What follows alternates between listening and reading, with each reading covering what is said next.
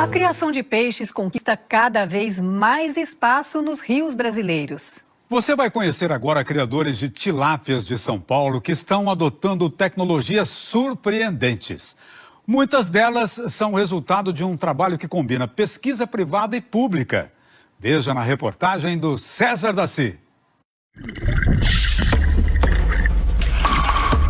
Um setor que esbanja boas notícias. Não é de hoje que a produção de tilápias no Brasil vem crescendo a um ritmo acelerado. Só em 2020, o aumento foi de 12,5% em relação a 2019. O principal motivo ano passado é o que a gente chama de impacto positivo da pandemia no nosso negócio. E em 2021, nós teremos também um crescimento de 2 dígitos superior a 10%, ou seja, esse crescimento significativo continua nos dias de hoje.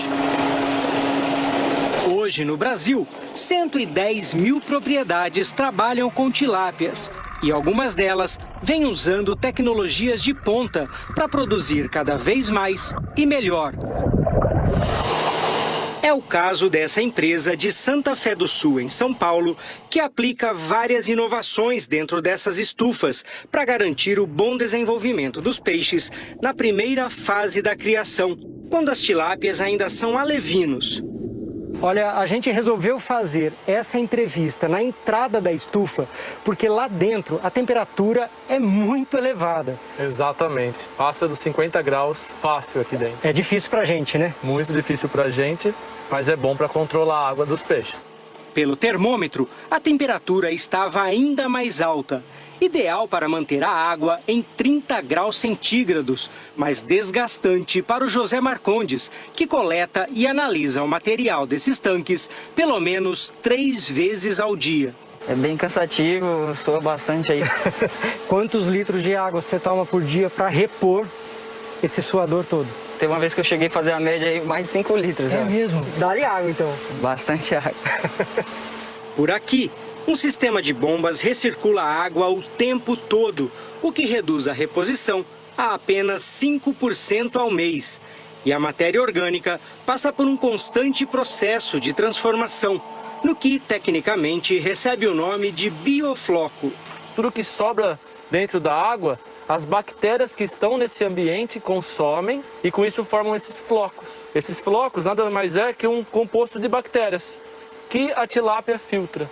Ou seja, ela come, formando um ciclo fechado. Vocês jogam ração, a tilápia excreta, a bactéria come, forma o biofloco e o peixe come o biofloco. Perfeito. E essa bactéria, ela surge naturalmente? É do ambiente. 24 horas ele está se alimentando, essa é a grande vantagem do nosso sistema, que faz com que a tilápia tenha uma melhor composição muscular e no futuro um filé melhor e mais saboroso. Nessa outra propriedade, no município de Rubinéia, uma outra tecnologia promete revolucionar a vacinação contra a Streptococcus, a doença do olho esbugalhado que pode matar o animal. O processo utilizado hoje na grande maioria dos criatórios é todo manual. O funcionário faz o trabalho peixe a peixe, agulhada por agulhada.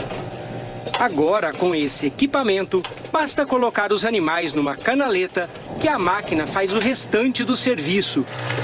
Olha a agulha aí trabalhando sozinha, impulsionada a partir de um sensor que identifica o momento certo da vacinação. Hoje a vacinação manual a gente vacina por volta de 2.000 peixes por hora, por funcionário. Aqui a gente vai vacinar de 5 a 7 mil peixes por hora, com a mesma mão de obra. Mas reduz o número de funcionários. Reduz o número de funcionários, só que como a gente está aumentando a produção, a gente vai conseguir realocar toda a equipe de vacinação nossa dentro da produção aqui, então a gente acaba reorganizando tudo aqui dentro. Com o mercado aquecido e cada vez mais exigente, a própria tilápia ganhou novas características ao longo dos últimos anos. Genética não para, né? Isso é em qualquer atividade agropecuária. E a gente vem trabalhando com um peixe hoje melhorado, que é um peixe que você pode ver que ele é mais redondo. A cabeça menor, um dorso maior, que é o lombo, né? Que é o que a indústria quer, que é o que o mercado quer para processar. Lado a lado, veja como é um peixe de uma geração anterior e outro com uma genética, digamos, mais recente. Nós tínhamos um ciclo aí de 200 dias, 210 dias, né? No começo o rendimento de carcaça é de 27%, 28%. Então hoje já tem ciclos aí de 120, 140, 150 dias. E o rendimento de carcaça é de 33%, 34%, 37% já. Por isso que a tilapicultura cresce tanto da forma que cresce comparado às outras espécies de produção aquícola. Porque ela tem esse pacote tecnológico que as outras espécies não têm. Nas águas do Rio Grande, na divisa dos estados de São Paulo e Minas Gerais, está nascendo uma das mais modernas estruturas para a criação de tilápias. Um modelo circular, totalmente brasileiro e bem diferente do tanque de grande volume quadrado que nós já mostramos numa outra reportagem aqui mesmo no Globo Rural.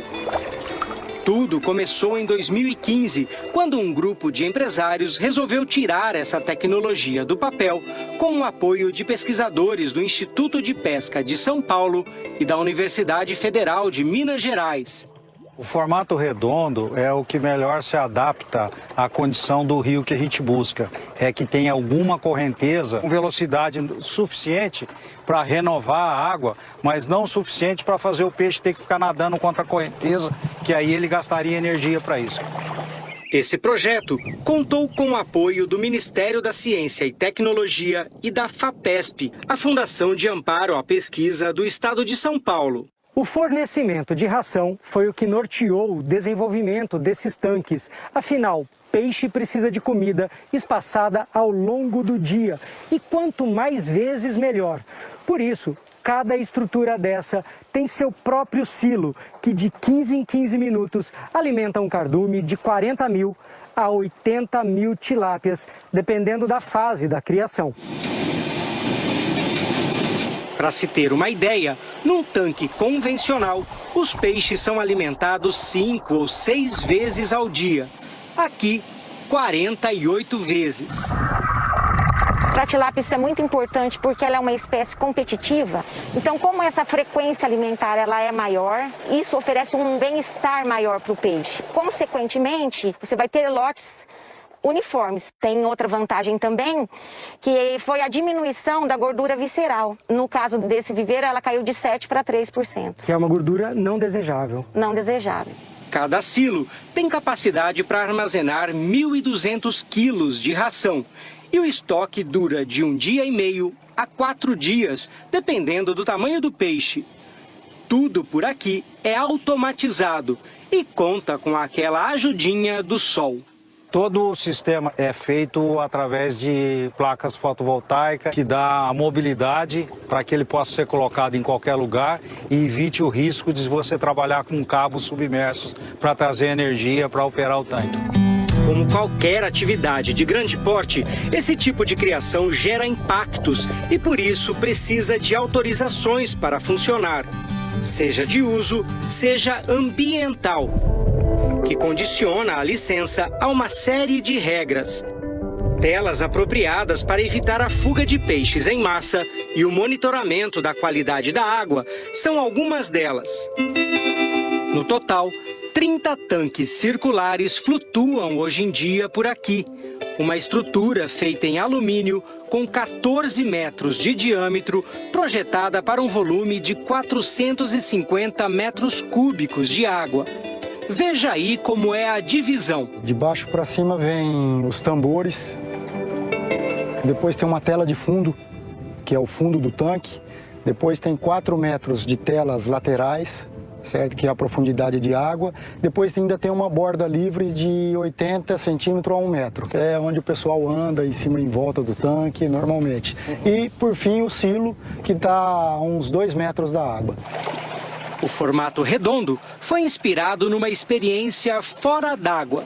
A gente já trabalhou com pecuária de boi de corte e nas fazendas onde a gente operava, tem um curral que ele é de um formato circular e opera com sistemas de porteira para deslocar o gado para um curral, para um outro, para o caminhão. E aí vocês adaptaram para o peixe? Nós viemos para o peixe e trouxemos essas ideias do bovino para o peixe. Dentro desse conceito, foi instalado um sistema com 2 porteiras, pensado para facilitar o trabalho da despesca.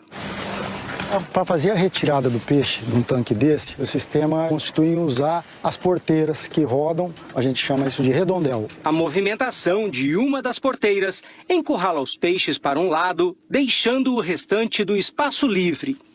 E em seguida você introduz um tanque de forma triangular. É um pedaço de pizza. É um pedaço de pizza. Por isso a gente chama tanque fatia de pizza. Daí basta abrir as telas laterais para que os peixes entrem no tanque fatia. E faz o arrastamento dos peixes para o interior desse tanque. Esse trabalho de movimentação da porteira demora quanto tempo? Olha, normalmente umas 2 horas. Não pode ser rápido? Não pode ser rápido. O processo é lento, ela é puxada com uma corda manualmente e você vai arrastando, conduzindo o cardume de peixe de forma tranquila, sem causar muito estresse, tumulto no cardume.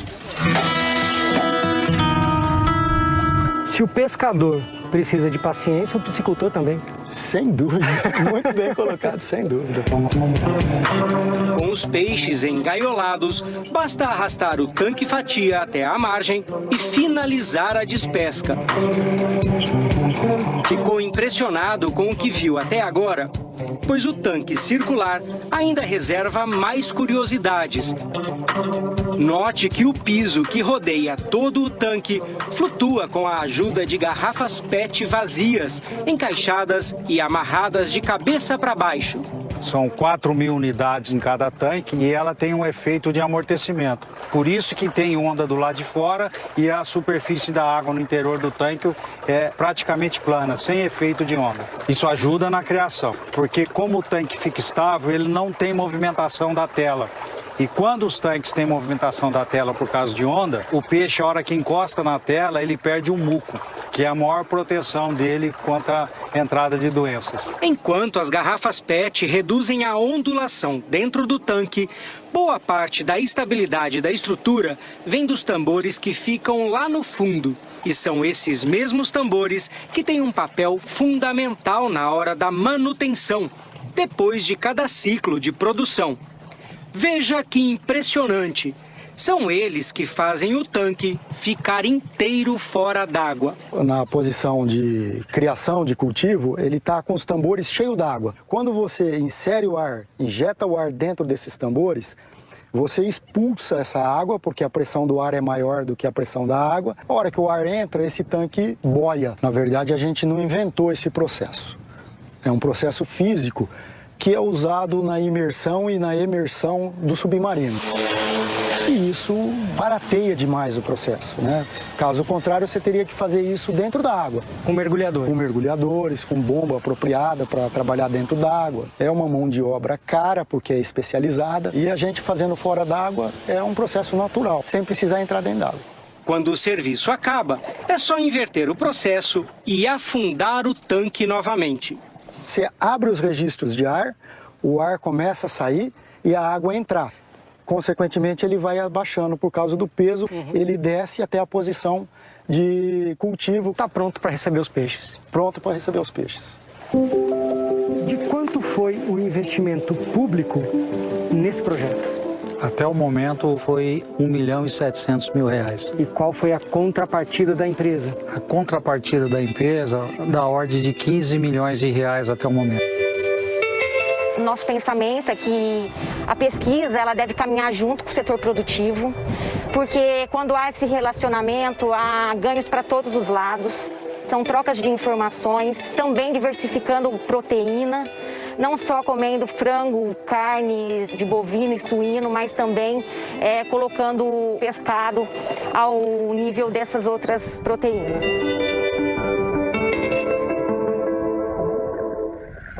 A tilápia é um peixe de origem africana, mas os 2 principais produtores mundiais são a China e a Indonésia. O Egito vem em terceiro e o Brasil em quarto.